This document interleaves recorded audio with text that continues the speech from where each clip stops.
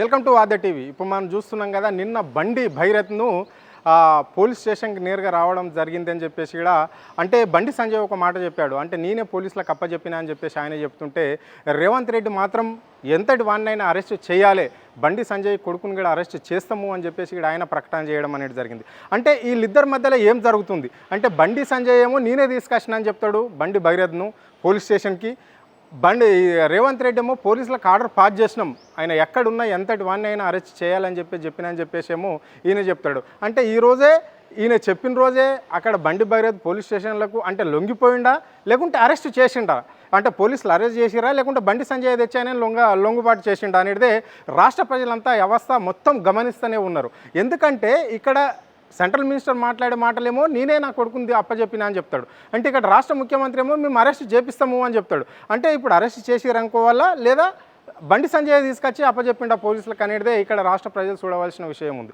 అంటే ఇప్పుడు దాదాపుగా 8 రోజుల నుంచి కూడా ఈ కేసు నడుస్తున్నది. ఇప్పటికి కూడా నడిచినప్పటికి పోలీసులు ఆయన పైన ఏదో ఆయనను పట్టుకొచ్చే వరకు బృందాలను ఏర్పాటు చేశాం, పోలీసులు ఎప్పటికప్పుడు సెర్చ్ చేస్తున్నారు, ఎక్కడ పడితే ఎక్కడ అంటే ఆయనను పరిశీలిస్తున్నాము అని చెప్పిన ఈ పోలీసులు కొంతమంది ఇప్పుడు మనము డిఎస్పీ కూడా చెప్పడం జరిగింది. ఎందుకంటే ఇక్కడ ఫోన్ స్విచ్ ఆఫ్ కూడా వస్తుందని చెప్పారు. మరి బండి భైరత్ ఎక్కడి నుంచి వచ్చిండు, ఎప్పుడు వచ్చిండు, ఆయన ఎవరు పోలీస్ స్టేషన్కి తీసుకొచ్చిర్రు, ఎందుకు రావాల్సి వచ్చింది అని చెప్పేసి ఇక్కడ ఆ కోణంలో ఇక్కడ ఆలోచించవలసిన అవసరం ఎంతైనా ఉంది. అంటే ఇక్కడ రాష్ట్ర ముఖ్యమంత్రి ఏమో ఆయన అరెస్ట్ చేస్తామంటారు, బండి సంజయ్ ఏమో నేను తీసుకొచ్చిన నా కొడుకును లొంగుబాటు చేసిన అని చెప్పేసి ఆయన అంటాడు. మధ్యంతర బెయిల్ గురించి కోర్టు మెట్లెక్కడం జరిగింది, కోర్టు కూడా తిరస్కరించడం జరిగింది ఈ కేసులో ఒప్పుకొని లేదని. ఇప్పుడు బండి భైరత్కు మాత్రం 14 రోజులు మాత్రము ఆయన ఇక్కడ జ్యుడిషియల్లో ఉంటుండు అని చెప్పేసి కూడా చెప్పడం అనేది అయితే జరుగుతున్నది. అంటే విచారణకు సహకరించాలి, అంటే ఆయనను అరెస్ట్ చేశాం జైలుకి తీసుకుపోతున్నాము అని చెప్పేసి కూడా చెప్తున్నారు.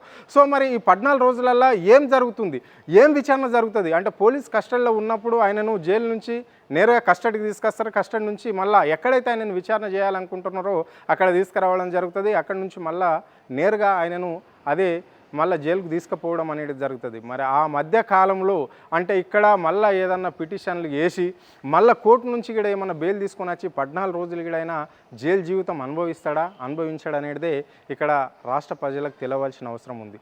ఎందుకంటే ఇప్పటి వరకు కూడా చాలామంది అనుకున్నది ఒకటే, అధికార అండతోటి ఇన్ని రోజులు కూడా ఆయనను అరెస్ట్ చేయలేకపోయారు. అంటే ఇక్కడ బండి సంజయ్ కావచ్చు, ఇక్కడ రాష్ట్ర ముఖ్యమంత్రి రేవంత్ రెడ్డి కావచ్చు, ఇద్దరు కుమ్మక్కయ్యే ఈ కేసును తప్పుదో పట్టించే ప్రయత్నం చేసిరు. మళ్ళా ఏం తెలియనట్లనే ముఖ్యమంత్రి బాధ్యత మహిళలకు ఎంట తోడుగా ఉంటాం, మేమే చేదోడు వాదోడు ఉంటామని చెప్పేసి ఇక్కడ ఆయన ప్రకటన చేయడం జరిగింది నిన్న. మరి ఇది ఎంతవరకు కరెక్టు అంటే యావత్ ప్రజలందరూ చూస్తున్నారు ఈ రాష్ట్రంలో. అంటే ఇక్కడ ముఖ్యమంత్రి మాట్లాడిన మాటలే కావచ్చు, ఇక్కడ సెంట్రల్ మినిస్టర్ మాట్లాడిన మాటలు కావచ్చు, ఎంతటి వాడినైనా కానీ శిక్షించవలసిందని సెంట్రల్ మినిస్టరు బండి సంజయ్ మాట్లాడుతుంటే, ఇక్కడ రాష్ట్ర ముఖ్యమంత్రి ఏమో బాధితురాలకు అండగా ఉంటామంటాడు.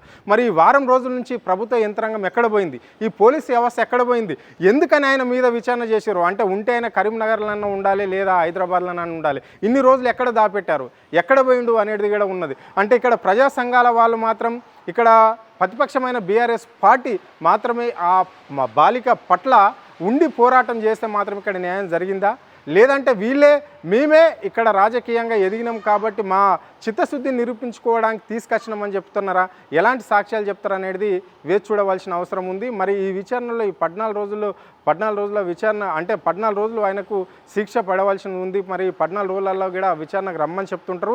ఆ విచారణలో మరి ఎలాంటి అంశాలను లేవనెత్తారు అనేది కూడా మనం చూడాలి. ఇప్పటికే అమ్మాయి స్టేట్మెంట్ కావచ్చు, వాళ్ళ మదర్కి సంబంధించిన స్టేట్మెంట్లు కూడా పోలీసులు ఎప్పటికే తీసుకున్నారు. ఆమె కూడా 3-4 పత్రాల లేఖ కూడా రాయడం అనేది జరిగింది.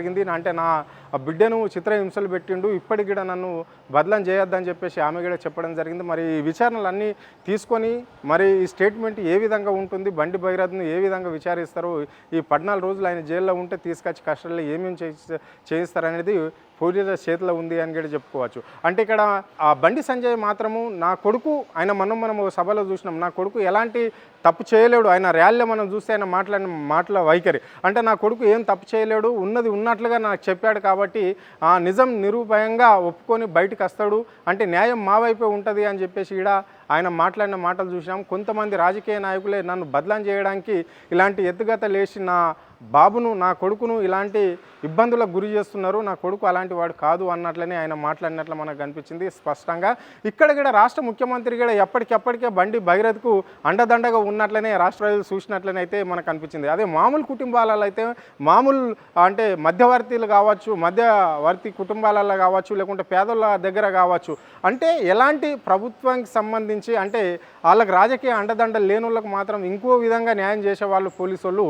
ఈయనకు రాజకీయ అండదండ ఉన్నది కాబట్టి ఈయనను విచారించలేరు అని చెప్పేసి ఆయన ఇంటి దగ్గరికి కూడా పోలీసులు వెళ్ళని పరిస్థితి ఉంది అని చెప్పేసి కూడా రాష్ట్రంలో ఇప్పటి కోడే కూసిన పరిస్థితి అయితే కనిపించింది. ఇప్పటి వరకు బండి సంజయ్ని కావచ్చు, అలా బండి సంజయ్ సతీమణి కావచ్చు, ఎవరిని కూడా పోలీసులు అడిగిన పాపాన లేదు. అదే పేదవాళ్ళు అయితే మాత్రము ఇంటిల్లాదనే వాళ్ళని తీసుకొచ్చి పోలీస్ స్టేషన్లో పెట్టి చిత్ర హింసలు పెడుతుర్రు ఈ పోలీసు వాళ్ళు అని చెప్పేసి కూడా రాష్ట్ర ప్రజలు అనుకుంటున్న మాటలు. మరి ఇప్పుడు ఈ విచారణలో ఇప్పటికీ 14 రోజులు ఆయనకు శిక్ష ఖరారు అయింది అని చెప్పేసి చెప్తున్నారు. మరి 14 రోజులు ఈ శిక్ష ఖరారు అయినప్పటికీ కూడా ఎలాంటి విచారణ జరుగుతుంది అనేది కూడా మనం వేచి చూడవలసిందే. ఇప్పుడు ముఖ్యమంత్రికి సంబంధించి ఈయన పాత్ర ఎంతవరకు ఉంటుంది అంటే ఇప్పుడు చెప్పిండు బాధ్యత మహిళకు న్యాయం చేయకూసే విధంగానే ప్రభుత్వం పనిచేస్తుంది, మేము అండదండ ఉంటాము అని చెప్పేసి అన్నాడు. మరి ఎలాంటి న్యాయం చేస్తాడనేది కూడా మనం వేచి చూడవలసిన అవసరం ఉంటుంది. ఇప్పటికి మరి ఏ విధంగా ఇప్పుడు బండి సంజయ్ అయితే నేనే తీసుకొచ్చిన స్వయంగా ఆయన చెప్తాడు, ఈయనేమో అరెస్ట్ చేస్తామంటాడు. మరి ఎలాంటి న్యాయం ఈ రాష్ట్ర ముఖ్యమంత్రి బండి సంజయ్ కొడుకు విషయంలో చేస్తుంది అనేది కూడా మనము వేచి చూడవలసిన అవసరం ఎంతైనా ఉంది.